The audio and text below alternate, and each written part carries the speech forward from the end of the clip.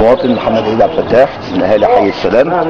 انا بتكلم على اساس ان مشاكل الحي من صرف لميه لمواصلات لكهرباء لكافه جميع المشاكل الاساسيه ماشي.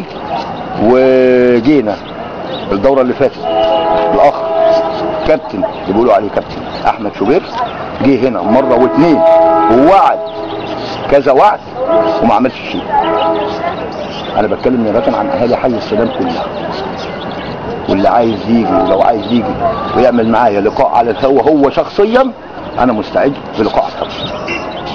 واقول لان احنا لما رحنا في بدايه الدوره اللي فاتت اللي انقضت رحنا بمشاكل الحي طلب لنا بوليس النجدة وتفضل الضابط المشكور، الضابط اللي جه تفضل مشكورا، ولما عرف الحقيقه مشانا بكل ادب وبكل ذوق وما رضيش ياخد حد مني وخدنا بعضنا ومشينا وجينا على هذا الاساس. جه بعد كده بعد ما نجح بحوالي 6 اشهر او 7 اشهر جه برضه مره وقال هنعمل ونسوي وهنجيب بتوع الزباله وهنجيب بتوع المجاري وهنعمل ورشه عمل كامله في حي السلام.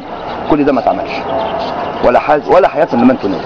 اشتكينا للمسؤولين في اكتر من جهه حتى المركز الطبي ما فيش. جميع المشاكل عندنا والمركز الطبي بالمدرسه بالمجاري كله جميع المشاكل الاساسيه اللي احنا عايشين فيها من اكتر من 16 سنه. قلنا الكلام ده قلنا الكلام ده ومفيش حد من المسؤولين يسال فينا ويعبر.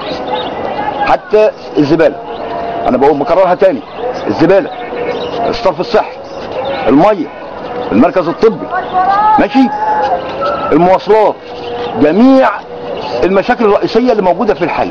احنا هنا نعتبر في منطقه عشوائيه، وبكرر بقول منطقه عشوائيه وجميع المسؤولين فاهمين وعارفين معنى كلمه عشوائيه. يعني احنا دلوقتي في اطراف البلد نعتبر مش بني ادمين عايشين، مش بني ادمين. الله يكون في عونكم.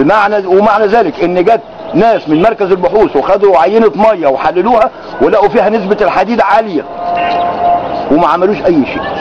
وطلعوا التقرير ان في نسبه الحديد عاليه والمنجنيز وما عملوش اي شيء وما زالت الميه زي ما هي. ماشي. الله يكون في عونك. شكرا. وانا تحت الامر وعندي استعداد لمواجهه اي مواجهه.